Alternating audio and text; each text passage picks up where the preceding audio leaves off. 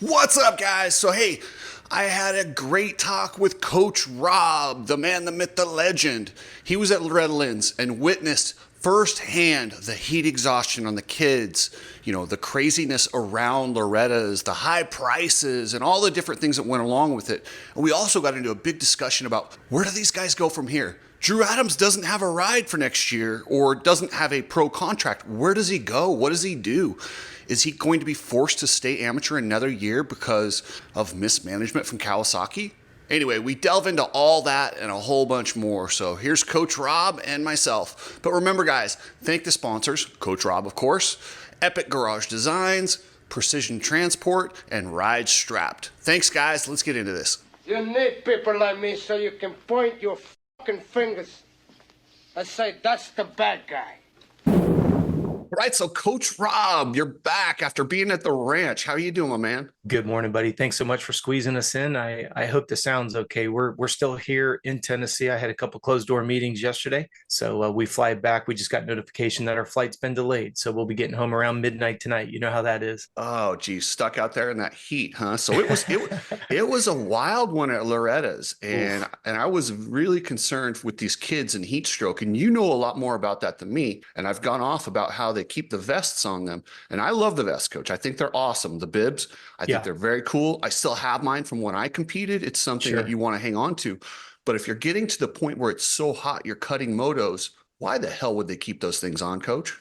That, I guess, would be the $1 million question. And I guess we know the reason why, because it's $1 million statement, right? I mean, in all seriousness, it can be for no other reason other than the fact that there's, and you talked about this in a previous video, it's just sponsorship obligations. That's part of hey, for X amount of dollars, you'll be here, here, here, and here, and it happens to include the bibs.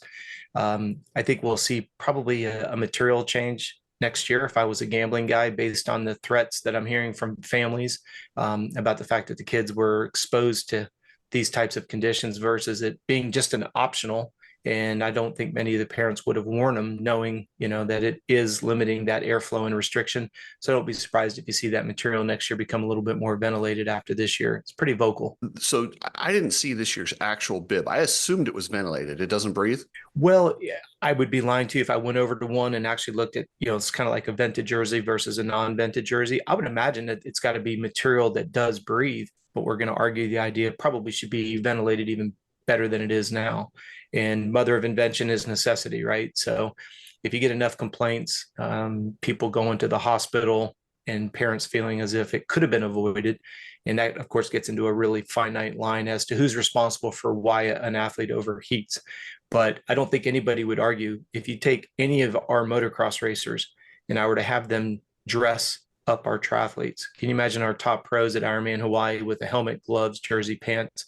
And as absurd of as an example as that is, think about it. Our professional runners and professional triathletes, they have a 1 millimeter thick race outfit that can wick away heat. The whole goal is to expose as much skin as possible to get that internal heat out, known as the exothermic process. So the fact that we know our sport's difficult with gloves, boots at the top and bottom, helmet and boots, and then gloves, jersey, pants, it really does impede the body's ability to externally dissipate heat anytime you start adding more and more layers. But I think where the argument's going to come in is the bib a legitimate necessity? I think that's part of the discussions that came up over the last couple of days. If it's something that is necessary for the athlete to be able to race, okay, great. I think you have a point. The fact that the parents were saying, look, this is nothing more than an opportunity for MX Sports to be able to squeeze more money out of a sponsor. Now my son or daughter has to deal with additional heat stress. We have transponders on the bike. It's not as if the scorers are using the bibs to help facilitate the accuracy of the scoring. And I think that was part of the early selling tool on it, was another area for those manual scorers to be able to say, okay, the bike's covered in mud. Maybe the back of that bib is all we have. Of course, I think 99% of the athletes have their name and number on the back of the jersey as well. These were kind of the conversations objections I heard from parents this past week. Well, and when Big Dave originally started this race back, what was it, like 1980? Well, it's 42, 43 years ago. when he started this, we didn't have transponders, and it was a necessity. You had to have that. You had a bunch of ladies in a booth writing numbers down as they went by. And every year, as we know, it gets muddy. So it's Yep. almost impossible. So yes, it was a necessity back in the day, but ever since transponders, there's no reason other than tradition and money. Well, in tradition, right, there was a time when we would laugh at four strokes. You think of the old Honda XL 650. That's what we thought about as a four stroke. And so, yes, things change. But when you're looking at the necessity for safety of the athlete, the bib is not necessary. So then the parents step back and go, why is it on the rider then? Well, there's only one reason why it's on the rider, because it isn't to increase the consistency in scoring, because you've already got the number on the front, front and sides, of course, back of the jersey, plus a transponder. You've got four options to, five to be able to make sure that you get who the rider is. Plus you have all the cameras. So like when you look at the Shorty Brown situation where it literally was the distance of a knobby between first and second, we've got enough stopgaps. Get rid of them. There's no need. I hate to just keep beating the drum, but we'll say it one more time. It's just clearly evident that that's there for revenue streams associated with sponsorship sales. And to think that it's at the expense of the riders, I think is a tad bit negligent, and I hate to use that word because everybody feels like they're a victim, but that's just common sense, right? If I've got a triathlete, I'm not going to go and ask them to wear a jacket or even a windbreaker, like something that's the same thickness, right? And even if I poke holes in it, you would not see a triathlete that goes, hey, look, I'll sell some sponsorship. I'll just race with this extra layer on top of my sniglet. And especially when, and you said this in your video, the idea that you can't even put your own sponsors on there. They're very specific on what you can and can't put on the bib without violating the rules. So here, we have quite a bit of money invested in, we own 3 different race teams, and my sponsors don't get any exposure. So now we have to get creative on where do we put that. And unfortunately, most of the photos are going to be straight on. We lose all of it. So now we have to get creative with the pants. And even that is a little bit difficult because it's not the same real estate. And for somebody who's not into branding, it doesn't seem to matter. But for us, it's imperative. It's not by accident that we've gone very aggressive with our helmets, because it's the only thing that we have. When you're shooting somebody straight on, when you look at, like, we're very fortunate, we have flying colors. When you look at what he does with being able to get the CRS brand visible, when you've got somebody flying at you as fast as Chase Dashel or Mason, Zayden Mason or Aiden Dickens, those are the guys that were running the helmets this week. It's part of, it's a frustration, but it's nothing that we can't overcome. Put all that aside from a branding standpoint, it only boils down to what's right for the athlete. And that's not me being good old boy. It's just, that's like, for example, all of our T-Dub gear, I work directly with Todd Waters on this exact subject. Why is our gear white? Now you know why. Because it deflects, right? Yeah. I mean, it's not by accident. Yeah, and I like the bibs. I do like the tradition, but they announced that it was record heat and it's dangerous heat. At that point, I just don't understand. If you're taking precautions, say cutting laps, like once you start taking precautions, we can make them non-mandatory. I would leave that up to the riders. If they want to wear it, go for it. If you don't. If you don't have the number on there and that's actually an issue, tell the riders, listen, you wear the bib or you have the number on your jersey. And you could even tell the riders, like, hey, these are the sponsors that we are having at this event. If you don't want to wear a bib, iron these onto your jersey. Well, it's crazy to me because we've got the Olympics going on right now. Think about how much money the USOC, the United States Olympic Committee, is making on the Olympics, right? You don't see that money going back to any of the athletes. Like if you look at the revenue that's coming from the TV, you're not seeing any of that get distributed to the athletes. So it's I don't know. I've never been against the Olympics. I like the Olympics when, hey, you stayed amateur, so you were college eligible, therefore you were an Olympian. And then if you decided to go pro, you know that you were going to forego the Olympics. Well, now the Olympics has just, become a complete sellout where you've got an NBA, essentially you've got an NBA player whose annual salary is bigger than the gross domestic product of the country they're playing. That's pathetic. And it's not the first time it's happened. And I don't want to get off subject, but it goes back to the idea that unfortunately, the more you become complacent, the more momentum they get. And that's why we're stuck in a situation where they're like, we don't give a flying flip. This is the rule. If you violate the rule, you're going to forego your opportunity to be a champion. And you've got parents that have spent tens of thousands of dollars to get there, tens of thousands of dollars to be there. And they're not going to get into a squabble over it until their son or daughter is laying on the side of the track with a heat stroke. And that's where not a lot, but several parents came up to me like, what the F is going on here? And I'm like, I don't know what to tell you. I can only explain to you what your body went through, but why you're being forced to wear it, you need to go over and talk to Tim Cotter. I don't have a dog in that fight. I don't know anything about it. Okay, so on Racer TV, of course, they're not going to show us like a lot of the heat stroked out kids, but I could Hmm. see kids walking on the podium, dry heaving, Hmm. showing visual signs of heat stroke. What Hmm. did you see when you were there? Was it way worse, or did I miss a lot? This is what's so scary about it is if you've got somebody that is a very fit athlete. Now, when we talk about fitness, think about the layers of the skin or the layers of the body. You got skin, you have fascia, then you have, and it doesn't matter what the order is, but just think about it visually. Skin, let's say there's a layer of body fat, fascia, which is connective tissue to the actual muscle itself, then the muscle. Heat is produced from contractions of the muscle. So just like the radiator, right? The idea is to get the heat, air blows across it, you dissipate the heat out of the motor. That's the role of your skin. So if all of a sudden now you've got a decreased layer of body fat, it's easier to dissipate heat, which means you sweat easier, which sounds great on the surface, but it also means that you're going to lose more fluid. So this is where being fit can really be a catch 22. So now when you look at the idea that the body is extremely fit, low percentage of body fat, they're able to dissipate heat, not a problem. Unfortunately, there's guys that are in the vet class, there's guys in the 30 plus class that might have a few pounds of body fat on them. And those are the guys that you start to be concerned about because the camera's staying focused on top 10, super lean. I'm not saying everybody's, I hope you get the gist of what I'm saying. I'm not saying everybody that came under the pound area were the leanest guys of the group. But to answer your question, Coach, we get it. the We get more it. Fat some, guys are fat. well, it's just the idea that we're not seeing that on camera. So I the know, guy I that's know. finishing 28, he's on struggle bus. It's not a skill situation. It's not a bike setup situation. It's just he's freaking literally overheating from the inside out because of layers of adipose tissue. Now you add our gear, our helmets, our boot. There's no way for the body to dissipate heat efficiently. And that's what puts the body. So you would see that when you were there for sure. You would see the guys that, at the 12, 13-minute mark, they're sitting down, elbows are down. Now, some people would argue it's because they're not in shape. Well, I know a couple of the guys that I saw that are in good shape. If you looked at them at the regionals, they were slaying it. And now all of a sudden they're having, but again, it's the same for everybody. We're not playing the snowflake game that everybody's a victim. That's not what we're saying. It's just the idea. Why make it worse? That's like me right before we get ready to go onto the starting gate and I've got a big bucket of mud and you come off of your sight lap and I say, hold on a second, let me just pack your motor with mud and let me cover your radiators. All right, let's go. That's essentially the message that's being conveyed. We don't give a flying flip that your human body's overheating. We've got sponsorship to sell. We have photos that have to look good to make us look good.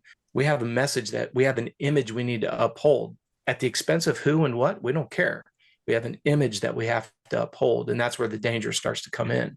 So heat was a big issue out there for sure. And all you have to do is just watch the videos when they're on the other parts of the track. So if they show one part of the track, look at the next one over. Someone that's a half a lap down, look at their body language. Did you Especially see that anyone in like dangerous situations? Did you hear of anyone going to the hospital? And I don't know I what had the a rule is. I had a couple of people that came up to me that ended up going to the ER. And their question was why? Why do we have to wear this? Where I was saying earlier, where the bibs have to come up.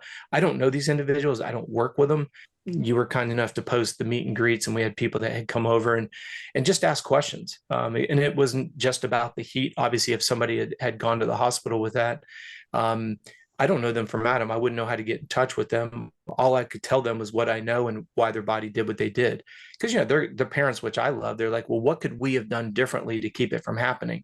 Well, you could coat before your rider goes out. You could take ice cold water and you could soak the jersey. So then when the wind hits it, it creates more of an aeration effect, and the exothermic process like a radiator. But then you're also dealing with the idea that you put water on your arms. We do this with our triathletes, right? They're in an aero position on the bike. They'll wear sleeves from the wrist, literally just slide them on like a sock that go from the wrist to the shoulder. They're white in color and you put water on it. All it does is as the wind comes over them at 25, 30 miles an hour, it just wicks away the heat. Sounds great. Let's go ahead and saturate the rider's jersey. Well, now the water goes into their gloves, they get blisters. Water goes down their boot, they're going to get blisters. And if you've seen anybody like Ryder Reigert, I can send you some pictures of his hands. His hands were blistered beyond belief. No, he's not crying the blues. But the problem is, as soon as the top layer gets ripped off, you've got that sensitive skin underneath it. And the concern that I always have with anybody who gets a blister and then you take that where the top part gets ripped off, the risk of infection goes up. Where dirt, sweat, if you go in the creek, there's bacteria in the water. You've got all those different issues, which unfortunately by Friday and Saturday can literally take you out of the race. One of the things that I saw quite a bit, and we see it every single year, is how many people get sick on Monday because they've just been grinding themselves to a nub that their immune system is suppressed. They have not been eating enough, not been drinking enough, not sleeping enough. Immune system is suppressed. Then you jump into a facility that's got 10,000 people at it. What's the chance of you getting a virus? Quite high because you have a suppressed immune system. It can't kill it. So it's a perfect storm at the end of the week. That's why when you look at some of these performances, I look at them from a completely different perspective. Yeah, you can haul the mail on a bike. Certainly you're talented, you're on good equipment, but wow, look at all the other elements. Did you eat enough? Did you sleep enough? Come in without an infection? Did you come in without, being suppressed from an immune standpoint? Are your blood sugar levels stabilized? Or are you out there making silly mistakes and yard dart yourself? These are the things that we hear so much about. Not being negative, like you say, we're recapping a week that makes it so difficult.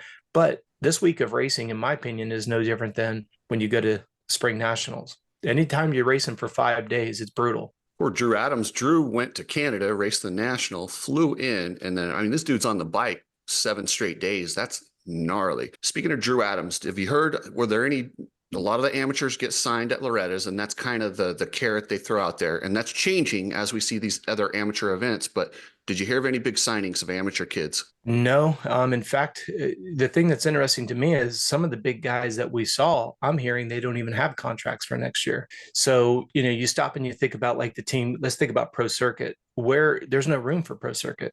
So I don't know where these guys are going to go. The fact that Masterpool is not even going to get an offer from Pro Circuit, stop to think about that, because and it's no fault of Mitch's or anybody else's. It's not Masterpool's not doing a good job. It's not that his agent isn't doing a good job. It's the idea that, and it doesn't mean that Mitch, if I'm not mistaken, I saw something on Lucas Myrtle's Instagram that he was with Masterpool. So I don't know if maybe he's representing Masterpool now because Lucas's son was actually on the bike. Here's where I'm going with it. I wouldn't be surprised if Lucas is able to find a way to get money to get Masterpool on there as a 5th person. Handmaker, Crash Shadoo, Levi Kitchen, and Forkner. Those guys, those contracts, they were all announced, especially for Handmaker and Crash Shadoo. Their contract was extended. Forkner still had another year. They just brought Levi on. Well, all of a sudden everybody's hurt. So now they bring in Masterpool as a fill-in rider, right? Levi's doing okay. So now Masterpool isn't going to replace Seth or Forkner or Crash Shadoo. So what are you left with? And by the way, when I say Crash Shadoo, I like him. He's a fantastic guy. I don't mean to, that's just kind of a funny default that I respond to with him. My point being is, where did the amateur guys come up? Where are they supposed to go? They can't slot in at PC. Now, I do believe that with him being in the B class, we'll probably see him stay down. But this is where we run into a lot of issues that we've seen historically. By the time these guys do yet another year of this amateur scene, they get beat down, they get injured, they end up with Epstein-Barr, chronic fatigue syndrome. Well, now maybe a spot opens up at PC, but now they're too unhealthy. So instead of getting that athlete that came through the amateur program, they're going to go and poach somebody from another team. You just saw it with your buddy, with Garrett. I forgot about Garrett as well. Garrett's already signed for over there. So they've already got a 5-man team. Now that I say that out loud. Yeah, that's 5 guys. Yeah, and I just thought about that out loud. Volan's gone. And then, where do they put Drew Adams? Honestly, I don't know where they put him, but he's not planning on going back to amateurs. Drew Adams wants to go pro. But where's he going to go? I mean, I haven't spoken to anybody on the inside, but if I just do the musical chairs, there's no way Mitch is going to have a 6-man team. Mitch was fantastic when he had promised Brock Tickle a 450 ride. So yeah, he put a 450 underneath the awning. There's a difference between making some, adjustments. 6-man roster, I don't see that happening.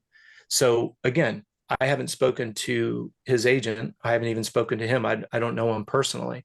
But if I'm just looking at musical chairs, right, and he's supposed to go somewhere, I've heard that one of the top 85 rider guys, he just inked a deal with Star Yamaha, not Cole Davies, but Carson Wood.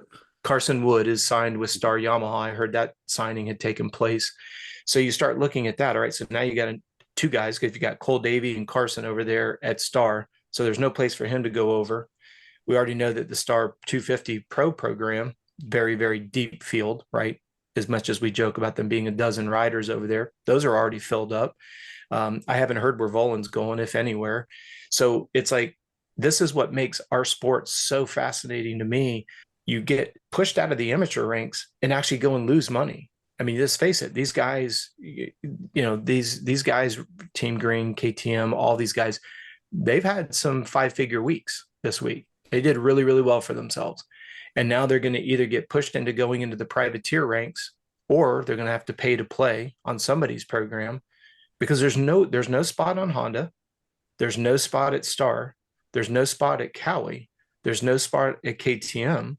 Where would these guys go? So I think, I don't know this for a fact. I know you're saying that he's going to go pro, but if you're his dad, what would you do? Stay where you get paid for another year. Yeah, that's a great point. I mean, when you break If it it's all open. down, I mean, If it's open.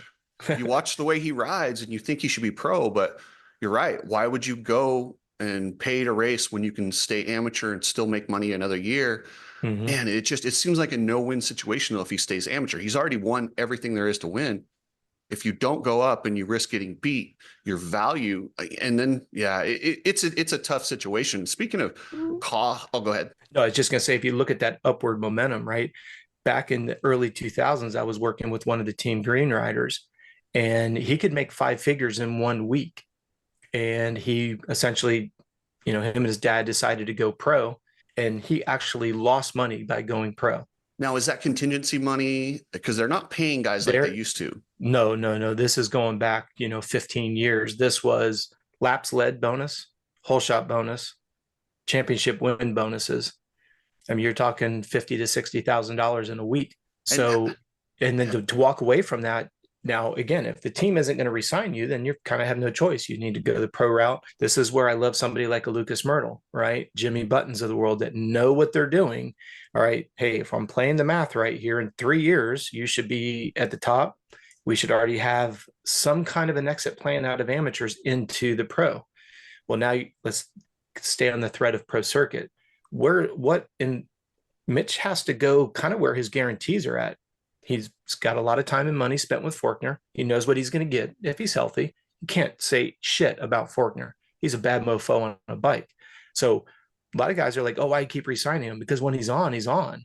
And Mitch, you got to look at money's invested and all that goes into it. Seth Hammaker, he's got a 1-year extension. McAdoo, he's got an extension. And then Levi just came over, ironically leaving a team where he wasn't even getting a salary. So now he's getting a salary.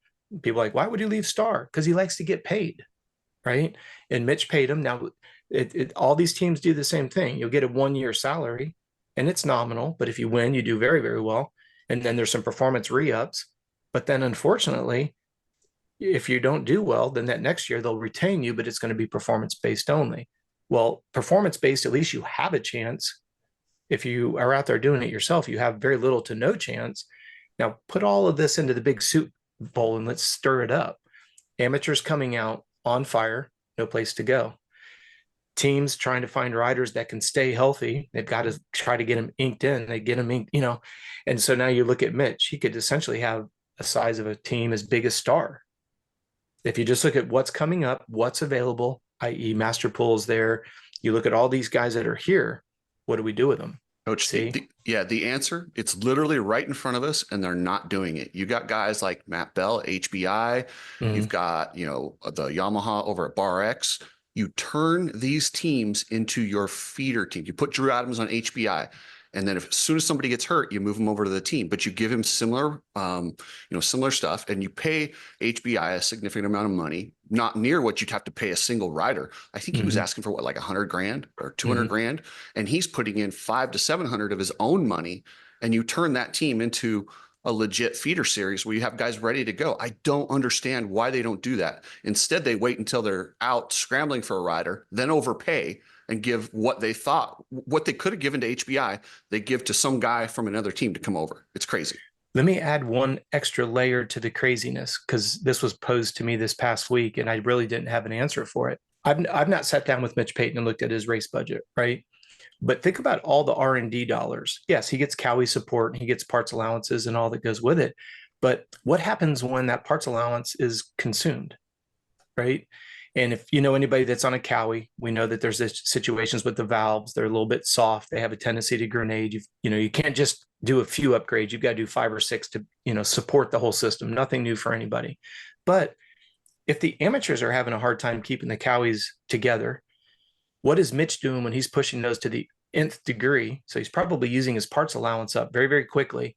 Now it comes out of his pocket directly or indirectly, right? So I always look at it, because this is obviously my wheelhouse. I can't imagine being Mitch Payton with millions of dollars invested into R&D saying, who am I being provided to ride what I spend my time and resources building? So now I'm given a group of riders, and unfortunately, he hasn't had a healthy group of riders that have come to him for quite a period of time. How frustrated would you be if you're spending I don't know if it's tens of millions, let's call it $5 million. You're spent $5 million in R&D. Mitch is running a truck. Now, I know Cowie pays the salaries and Monster pays the bonuses. I know there's a lot of moving parts to it, but I can't imagine being Mitch Payton and I have nobody in a feeder program for me to be investing in. Well, he's so frustrated. He's taking his money and he's hiring Garrett Marchbanks from another team. He's hiring Levi Kitchen from another team, McAdoo from another team. He had, Shimoda, but that wasn't really from another team. Like, look at the guys. The only homegrown one he has is Faulkner. If you go back to, I take that back. Seth Hammaker was on the amateur program as well. You're right. So he has stayed Team Green all the way through. But I just look at it. If I was an agent, and I'm not Jimmy Button and I'm not Lucas Myrtle, I would be saying my 85 riders, if I'm going to use a loose number, 3 to 4 years should be what Mitch is watching on the TV to say, okay, this is the guy. I should be getting updates. I being Mitch Payton, I should be getting updates on and off the track of how are these athletes developing? I still have a shop. I still have a race team. I still have all my mechanics.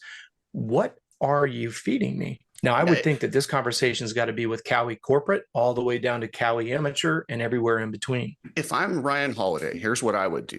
I would say, all right, listen, Kawasaki, you want me to run your amateur program? Yes, we want wins, but what we really want to do, because I'm sorry, you can win as an amateur. You're not selling bikes. No vet rider is looking to see who won the amateur national to go buy their new bike. They're just not. The whole goal is to get them to a pro level where they win and then they sell product. So I would go, listen, hey, let's start this new program. Let's hire Coach Robb and let's watch Vincent Way. And we're gonna bring him all the way up. We have a 4-year plan. Coach is gonna watch his vitals and make sure he's not burned out and he's healthy when he gets to the pros. I don't understand why they don't treat it more like a farm system than a tryout, or they just burn these guys to the ground. It absolutely blows me away. Well, and I love this industry. I love all the people in it, but let's just call a spade a spade. It's a bro network. It's not what people know. It's not about having a business plan and sticking and staying the course. It's who knows? And I understand that. And there's no sport that's immune to it. But this is where we joke publicly that the sport can't get out of its own way. The sport can't grow itself from the inside out because it eats itself. It cannibalizes itself. The comment that you just made is exactly why I'm fortunate to have relationships with agents. Because for me, I have a responsibility. Your son will always be your son, no matter how good he is on a bike. So for me to do my job, and then to be able to take my information and convey it to an agent while you and your son are out training and riding and cross-training and sleeping and eating and trying to just focus on being a developing athlete, I'm working on behalf of you as a parent for the benefit of your son, working to convey the information to an agent that the agent can go out and show what differentiates you as an athlete versus everybody else that's out there. There's nobody that's in the middle of that. I'm not going to say it publicly. It may be already public knowledge. If it is, you can go ahead and state it. But there's a team out there that will not even negotiate with you if you have an agent. Now, to me, that's a red flag, right? So what is it that you're afraid of with an agent? The fact that you're going to have to pay fair market value? There's a reason why Jet and Hunter just announced publicly their jewelry deal, their watch deal, right? That's what Lucas Myrtle does. That's what Jimmy Button does. That's what makes them so damn good. Is Jet and Hunter are marketable, not just on race results. Do you think Bretland watches, or I apologize, Lucas is going to kill me for that comment. I don't remember what the watch company is right off the top of my head, right? But the fact is that we are talking about that Lucas has gone out. He just published this morning, or last night rather, that Hunter just inked a new jewelry deal. And he's got Hunter out there in front of his Porsche. Well, I think you said it, if that was yourself and or Daniel Blair, like we should be putting that on the forefront that we've got a 17, 18, I think actually it was Jace with Gypsy Tail saying, you've got a 19-year-old kid that can buy a Bentley and he paid cash for it. That's FU money. And people are like, oh, he's being very pretentious. No, he's not. He's for the young kids. Is that not going to be something that motivates you? And then I always roll it back and go, how do you think that those deals came along? Do you think Jet's down there negotiating his deals with Honda? No, Lucas Myrtle is there. And by the way, when you watch Lucas, if you don't follow Lucas Myrtle on social media, you should. The dude lives in a plane and he loves his family and he's a hell of a family man, but nobody works as hard as that cat does. And he's not out trying to negotiate an oil deal. He's talking to figurines. He's talking to Matchbox companies like Hot Wheels. And I'm using these in generic terms like Coach, Xerox, Hot Wheels. Lucas is thinking bigger than the sport. He understands there's only so much money available from this factory, from this gear. And rather than just squeeze them to their last dime, let's get them on a program where we're allowed to grow it with, a VIP program and like these additional sponsors. And Lucas understands why these sponsors come in. They don't come in for wins. They come in for promotion and they come in to sell products. And he understands that entire process. Not everybody does. And that's why he's able to grow it. That's where I think it comes back full circle when you're saying we're looking at a process that doesn't give let's say the Mitch Paytons and the Ziggies when we had Geico and the Bobby Reagans and the Daniel Blairs and the Bobby Hewitts, right? All of the team owners, team managers / owners. You're asking, why do they not see it that way? Because it's a bro network. Then you go over to the marketability. Lucas is smart enough to realize he's not going to try to eat out of the same food bowl that everybody else is. So he's going into outside markets, jewelry. I don't know all the different places at Lucas. I just follow him on Instagram, right? But he's in closed door meetings in New York City and LA, very similar to like Ken Roxon, right? He's got Bretland watches. He's got a cologne line. He's in GQ magazine. You think Kenny went out and did that? No. Astafin went out and did that for him. Kenny does what he does. And then Astafin calls him up and says, hey, next Thursday, we got to be on a plane. We got to go to New York City so you could do a photo shoot to be in GQ magazine promoting this. Right. So then people say that the agents are the enemy. I mean, my goodness, would you rather get 100% of something, or excuse me, 70% of something or 100% of nothing? I don't know. I have no idea what agents take. That's none of my business. I don't care, but I'm always going to venture to go after the 70 versus the 100% of nothing. I think it's what makes this sport so difficult is we eat ourselves alive in regards to we can't even get athletes healthy enough to go do what their job is. And therefore the athletes don't make as much. And then you got somebody like a Lucas Myrtle that wants to know what is the health of my athletes, which I can do for him. Go and sell them. Why? Because they're on the track racing. Pardon my French, but it's just like, it's so simple sometimes. I have to laugh out loud. Well, we're talking about the best agent in the business, Lucas Myrtle. There are a lot, and Jimmy's really good too. There's a lot of people who do just collect their percentage from the OEM and then just, they don't talk to their athlete until contract's up again. They're not working like they are. Those agents are the ones that have given them the bad rap. They're the ones that should be fired. Marchbanks had one that actually got him ran for Pro Circuit the first time and didn't bring any additional. And I told him as much. And that guy reached out to me on Instagram all pissed off. But I told him, well, come on the show and tell me why you didn't do your job. Exactly. But with that said, like, that's why these guys get a bad rap. And that's why some of these teams are bitter with dealing with the agents, is because of knuckleheads like that. But yeah, you're right. It's a bigger picture. And Coach, we are gonna cut off part one of the show, and part two we're gonna cover some of the costs, the flagging, and you can tell me how your guys did. So sounds good. Peace.